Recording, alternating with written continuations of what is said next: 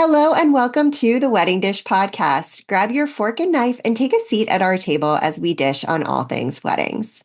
You'll hear stories and tips from real couples and wedding pros about love, life, and entrepreneurship. I'm Sarah Alapin, your host of the Wedding Dish Podcast and CEO of Photos from the Hardy and District Bliss. We do have our little French bulldog Bud snoring next to me, so you may hear a little bit of his sounds as we go through today. Before we get started, if you haven't listened to last week's episode, you definitely need to earmark that and go back. We had such an amazing conversation, so much fun. We chatted about money stories and how your history with money actually impacts the way that you move in relationships and the way that you communicate about money and the things that can be stressful. So super awesome episode. Definitely go back and listen to that. And thank you everyone for tuning into the Wedding Dish. Today, we are dishing with the co-founder of a global event design, planning, and production company known for transforming weddings into a fully immersive, emotionally charged experience. The creative force behind Whip Productions. Arielle, thank you so much for joining me today. Thank you so much for having me, Sarah. What an intro. Wow. I loved it. And true. Who knew? Who knew? Wow. But it sounded great coming out of how you did that. That was great. Well, thanks. I try. Are you ready to dig into this? I'm very excited to talk about weddings as experiences. Oh my goodness. Yes. I'm so passionate about this. So definitely ready. Awesome. I know you at Whip Productions, you all really focus on the actual experiential element of the wedding. And I want to ask, let's go to basics. What makes a wedding an actual experience? Amazing question. I think, I like to say a good wedding planner has to love people, because if you want to create an experience for people, you need to love emotions and feeling things and taking people through a journey. So I think I would say what creates an experience is first and foremost thoughtfulness. Thoughtfulness from the moment they receive an invitation to the moment they're, back maybe on the plane or back at home getting a thank you note. What does that experience feel like? How are we touching people at every point, whether the invitation looks a certain way or has certain music that attaches to it, whether you offered somebody a cold towel when they first landed in a destination. So those little details are what make people say, oh, wow, somebody really thought about me in this moment. And I think those are the little things that create an experience. I love that. I could not agree more. Those are the things that make it feel like a luxury too. Those like little luxuries that don't really cost you a lot other than thoughtfulness. And I love what you said here at the beginning, which was the wedding isn't just that event. It is actually a journey. Your guests are experiencing from the moment they receive that save the date or invitation. It is a journey through going home and receiving that thank you card. So I love that you called that out. I don't think we've ever had anybody call that out on this show. I think that's something that's so important to us. Even we always like to say, like, if the invitation process, whether it's a digital invite or a paper invite, but if it feels janky or it's kind of tricky to RSVP, or I always even say, if somebody's waiting too long for transportation, it doesn't matter how amazing and epic the wedding was. But, we want to really think of every single moment from the moment you're communicating, because, we're not representing, it's not just a wedding, it's a couple's story or an event in general, right? So we're also trying to understand, like, how are we bringing those personalities to the table? Are they like fun and sassy and love to dance and party? So like, we're going to infuse those moments in, the playlist that's playing in the shuttle from the ceremony to the reception, right? We're going to think about all those moments from beginning to end. And I would say, I've tried to, with smaller weddings, maybe with smaller budgets or scopes, not do those things, because like people be like, but I just don't know how. I think that is the magic for me. Of course, there's also the magic in the big production and the lights and the stage and the music, but I really like to leave no stone unturned in the experience. That's amazing. I think, and you did touch on something here where it doesn't have to necessarily be a big budget thing to create an experience. You can, just, it's the thoughtfulness. That's so, I could not agree more and so beautifully said. And something honestly I hadn't really thought about myself. Mhm. So, which is why I'm not a planner. Okay. I'm sure you talked to many though, so I'm happy I could refresh. Yes. How can you turn that experience into something that really embodies you as a couple? So I always start with asking, what is the experience like when you're hosting a dinner party in your home? The best compliment I got at my wedding was it was, I think, 1 a.m. and food kept coming. And somebody said, I feel like I'm in your living room, but like on steroids. And that was literally the best thing they could have said. And ever since somebody that friend who's still a dear friend said that to me, I now ask couples like, what is it like when you're hosting? What would people say? Oh, it's amazing to go to, their house because the food is always fantastic. Or maybe it always feels so comfortable. I always feel like I could just lounge. I don't feel like I have to hold myself back. Or maybe it's, they have such amazing art on the walls. I'm always baffled, right? So I really want to hear about what is it like? And then we try to take that and again, amplify it because this is a celebration of this couple's love and of their world.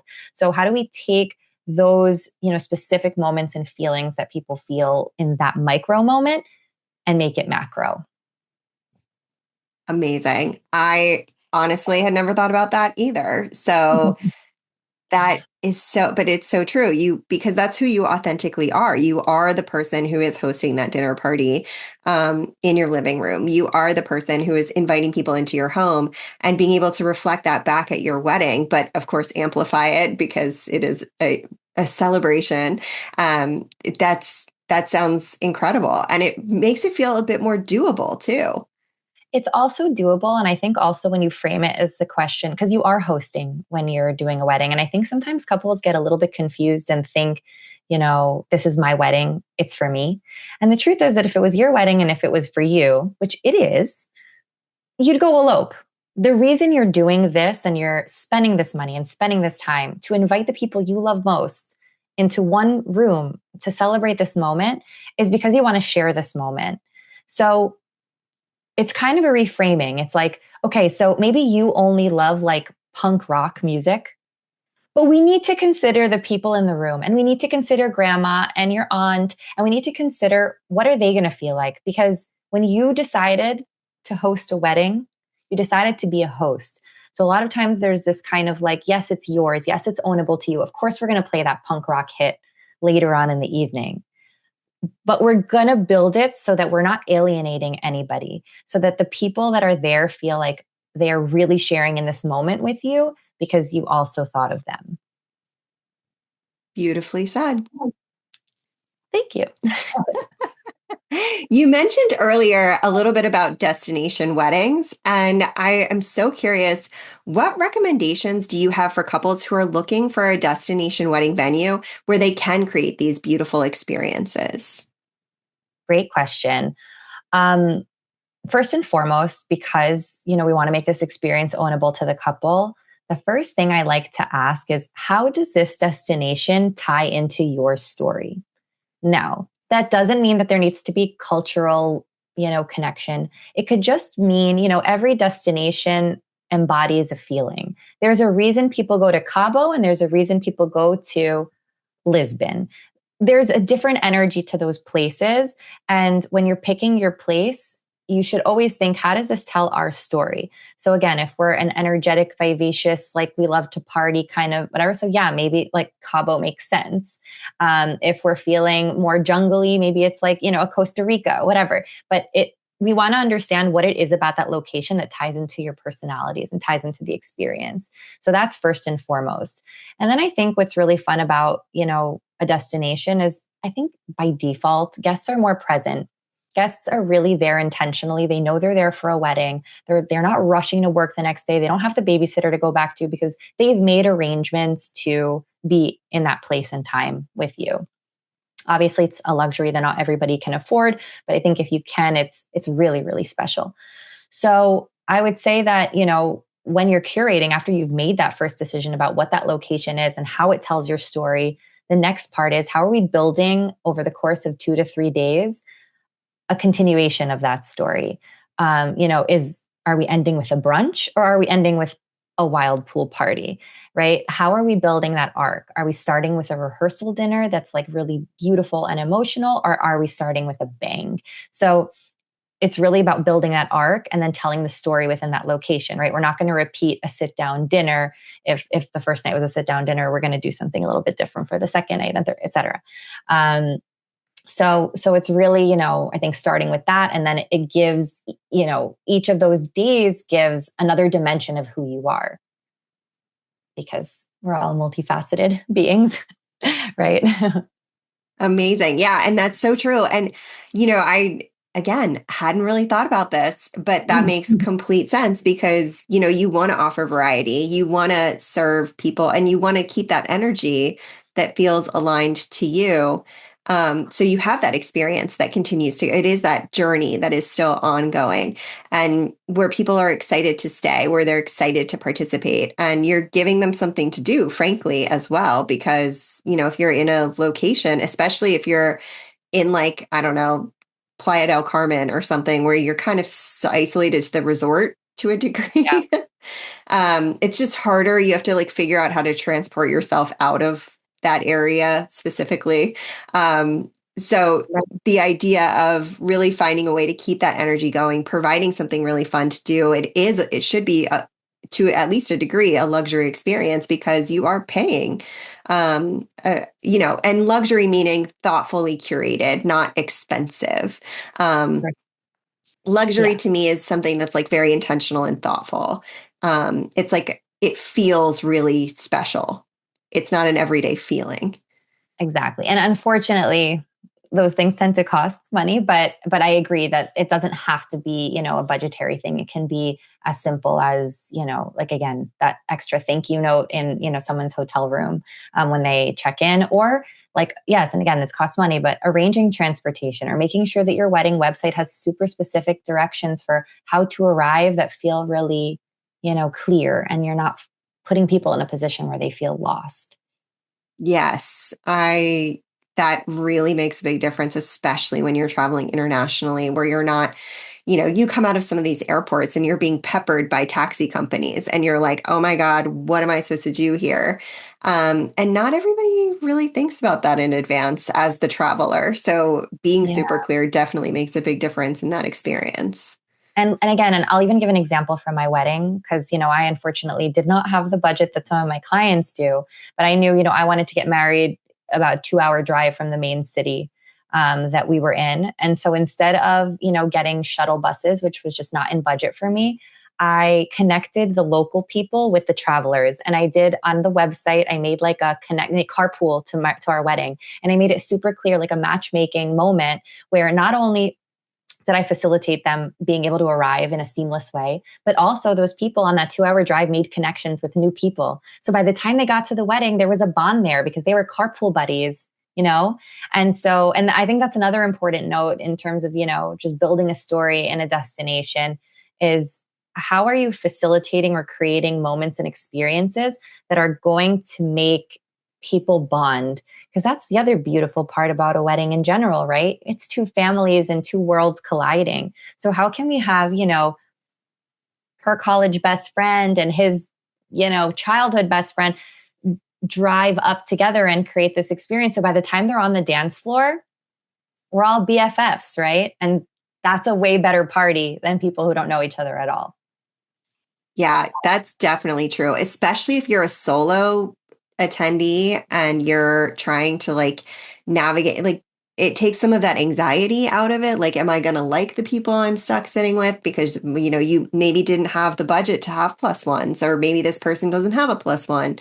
I've definitely been sat at tables where everyone was like best friends from high school and it's just me. And like, I'm an extrovert, so I could talk to pretty much anyone, but that doesn't mean that they want to integrate me into their friendships.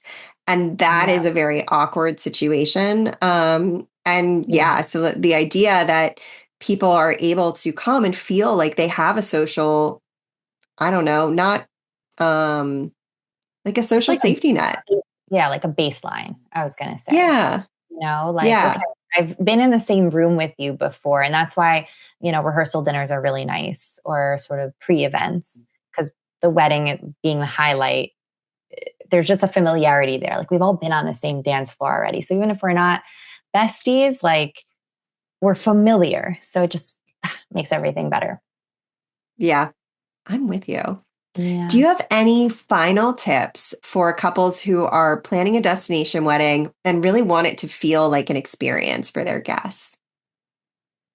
I have a million. What do we do? No, I would say this might sound harsh, but I think if you find yourself in a place where you can't facilitate more than one day experience, rethink destination. Because if you're going to ask your people, your friends, your loved ones to travel across the world, across the country, across the state, to leave their lives, you need to be prepared to take care of them. And even if that means a welcome dinner before, or making sure that when they arrive, there's a little snack or a little something, or just something. But I've heard too many stories of people that got to like a castle in Rome after a connection and a flight and a crazy taxi ride because nobody was waiting for them at the airport. And then they were there for a day waiting because the wedding was the next day. And they were like, what are we supposed to do? So if your budget doesn't allow for it, if you're not able to do it, rethink destination, think closer to home. Because I think you can also have an incredible wedding that's close to home and local that feels just right and fits right into your budget. And I think that's better often as an experience than going to a half-baked destination just to kind of say you did a destination, right? So I would say think holistically about it. Think A to Z before you commit. That's the I biggest think thing. that, yeah, I mean, to me, it doesn't sound harsh because I was just thinking, like, how many times have you flown somewhere and you didn't know that the markets were closed that day when you arrived or after that time? And then there's nowhere for you to eat. And if you're not prepared for that like in Croatia, markets are closed on Sundays.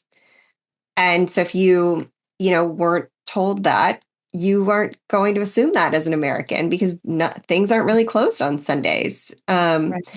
And, that is not isolated to Croatia either. So that's such an important point, to your point of preparing people, and to your point of really wanting to make sure that people feel held and taken care of, and that they have something really amazing that's part of this experience for them. Rethinking that might be, Yeah. yeah, I could see that. I Because I don't think think, that sounds harsh. yeah, I tried to make it softer. So I'm happy it didn't go up. But I want to say that it's enough to even communicate that stuff. Because if you don't, what ends up happening is that guest has a kind of bad taste in their mouth, even if it's kind of subconscious, but they're arriving to your wedding with a little bit of a negative charge because they just went through something uncomfortable, right? And you don't want that. So how do you mitigate that? How do you like lessen that? Either by really clear, great communication or by knowing that you're going to take care of them, as hosts from the get-go. We want Yeah. positive charges and positive people at weddings, right? Yes, exactly. You want those big smiles so that all of your photos are, have that big smile. That's right. That's right. It all goes back to the photos, right? It's what you take home. Yep. Yep. I hear it all too often. uh, Well, yeah. this was such an amazing conversation, Arielle. Where can our listeners find you online? So you can go to whipproductions.com or Whip Productions on Instagram. We are on TikTok apparently now. So we're all over. And yeah, if you're looking to create a fun experience anywhere in the world, we're your people. I love it. And I really appreciate you joining me today on The Wedding Dish. This has been such a fun episode. And we will, of course, tag you in the description. So if you're driving or like walking the dog, don't feel like you need to like stop and Google. We've got you covered. And you can find us on Instagram at The Wedding Dish Podcast. We will, of course, tag you so that when this episode comes out, everyone can easily find you. And you all can apply to be a guest on the Wedding Dish Podcast by going to theweddingdishpodcast.com. I'd love to hear from you. I'd love to hear what kind of tips and tricks you have and or what kind of cool wedding you had, what kind of cool experience. Come tell us. We'd love to hear. don't forget to tune in next week. We have another incredible guest coming on. Just could not be more excited. And if you like the podcast, give us a follow, rate, and review on your preferred podcasting app. Until we meet again, cheers, everybody.